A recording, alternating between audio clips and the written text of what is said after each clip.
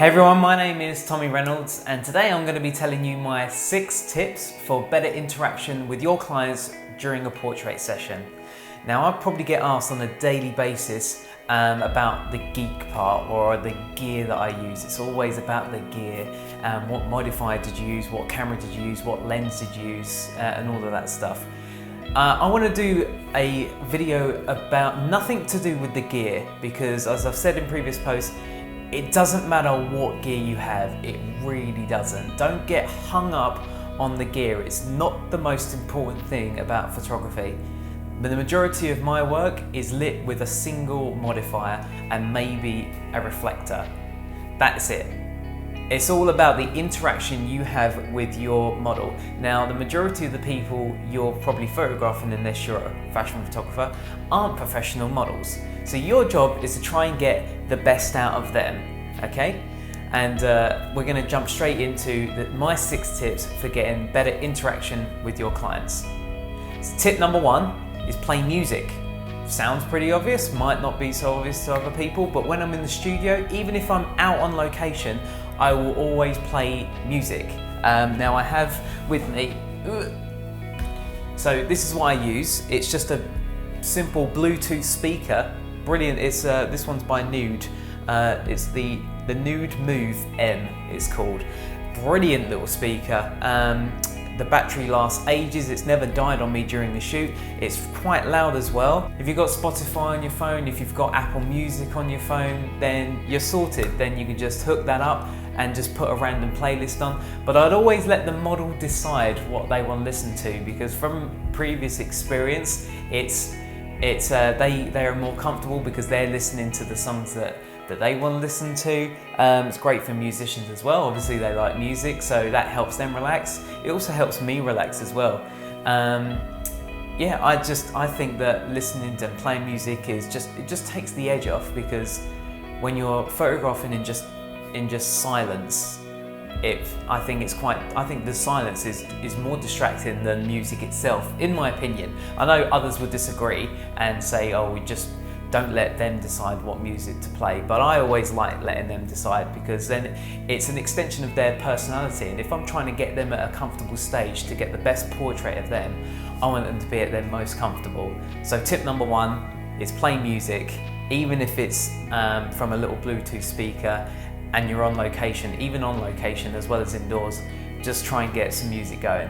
Tip number 2 is warm up or have a little chat beforehand. So whenever I start a photo shoot, I'll always start the same and say, all right, Kelly, I'm just going to take a few warm-up shots now. I'm just going to take a few test shots. So just kind of freestyle for me. Don't worry about what you're doing right now. I'm just seeing if the light looks okay. So just do what you need to do. Don't worry about what you're doing yet. So that gives them freedom to kind of, all right, this isn't going to be hard. I'm just going to relax, and usually the test shots sometimes work out to be the better shots because they're relaxed. They're not, right, there's a camera in front of me, there's a camera in front of me, there's a camera in front of me. Do you know what I mean? And even before that, when they step into your studio, just have a little chat with them. Just ask them about their day, what they're going to do after this. About what ideas they have, ideas you have for the shots. Make them a cup of tea.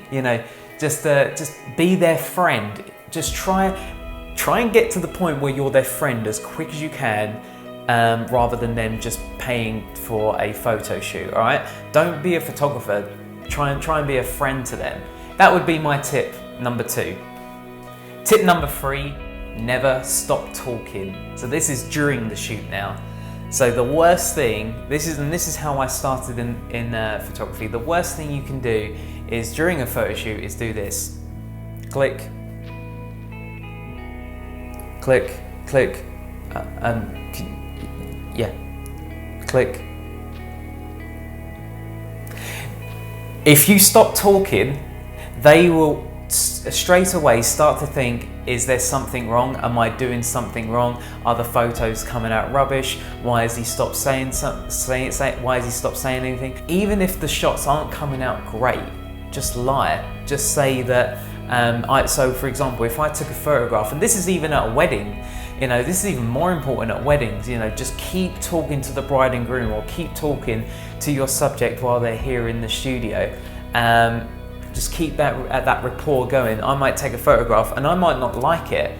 I might not like the photograph, and I might just, I'm not going to say, oh, that's not really good. Oh, I don't really know what's going on here. You know, I will say, oh, okay, that's great, but if you could just move your head over this way, I think that'll look even better. Click, boom, that's really good. And just changing it up every time.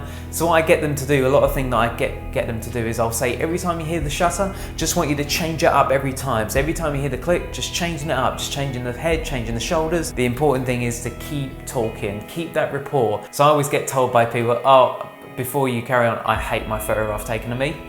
I'm sure you've heard that a lot. So the way and if they think that, and if they're constantly thinking that and worrying about that, that is going to show on the photograph instantly. So you've got to try and drag them away from that thought process and distract them and talk about anything else. So that would be my next tip. Tip number 4 is compliment your model or your subject. Now, when I say this, I don't mean going weird and say, oh, you look really sexy in this shot. Okay, that's not what I mean. It's okay to say stuff like, oh, I think your eyes look really great in this shot. Oh, this is looking really good. That's it, lovely, really, really nice. Just this sort of thing. This is the kind of words that I will keep saying during the shoot. Because if you constantly keep complimenting the model, they're gonna think, oh, well, okay, shot must be coming out really well.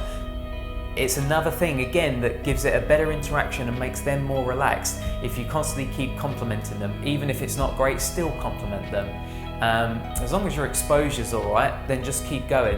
And another thing that I found is don't do chimping, where you take the photo, go ooh ooh ooh ooh. No, don't do that. Don't click, look, don't do that. If your exposure's all right, take a few shots, take about 20 or 30 shots, and then have a look on the back of your camera, or then show the model.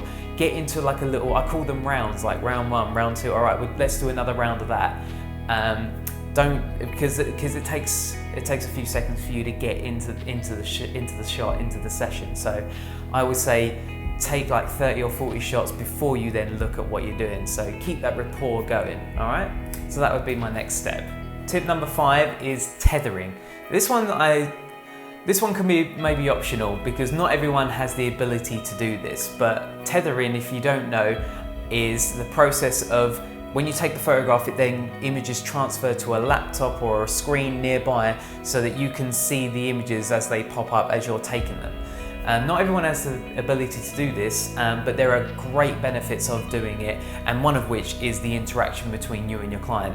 If you want to learn more about tethering, you can look in the description box below. I did a blog post previously on 5 tips on the benefits of tethering, but the one that we're going to obviously talk about is the benefit of doing it to interact with your client. So what I would do is I would take 20 or 30 shots, as I said before, we'd do like a few rounds, and then I'll invite them to come over to the laptop and say, right, let's have a look, see what you think. And this is just a good way for me and the client to communicate with what we're trying to both achieve. One of my clients said, are you one of these photographers who you know when you've got the shot and then you move on? And I came back with, I'm one of these photographers that move on when we both feel we have the shot, because I feel like it's a collaborative process, and tethering helps that. So, because obviously they can see the image blown up rather than just on a 3-inch screen on the back of the camera. They're able to see the image blown up, and I just feel like that's a really cool step and a cool way of interacting with your client. So that would be tip number 5. Tip number 6, last tip. Now this is a tip that I picked up watching a video of a photographer called Victoria Wall. She's a fantastic photographer, and something that I was looking at her videos and saw that she would do something with her clients, which I have now called the photo booth technique. So during a shoot, she said to a client, okay, so you remember those old photo booths where you usually get your passport done, you only get like 5 goes and then that's it? She said, I want you to, I'm gonna pretend that you're in a photo booth, so you've only got 5 chances for a shot.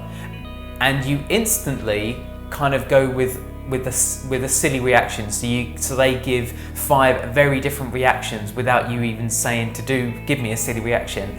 But it's great because it allows the client to open up. They go really silly for a moment, and you see the real them. The real them comes out. So when you say, and you go click and change and change and change, so they're doing all this stuff, and then at the end they're going to laugh. You just keep on clicking, and you just get really good reaction. It's the moments in between the shots that are the best shots. It's the laughing in between that, when they think that they're not being photographed, if that makes sense. They're the ones. You've got to be on it. You've got to be on your game, and you've got to just preempt it. So I always do this, and it always works. So I encourage you to try tip number 6 especially. So that's it. So those are my 6 tips on how to get better interaction with your client during a portrait session. If you like this video, then please make sure you hit that like or share button, or subscribe if you are watching this on YouTube. And as always, I will see you next time, guys. Thanks very much for watching. Bye-bye.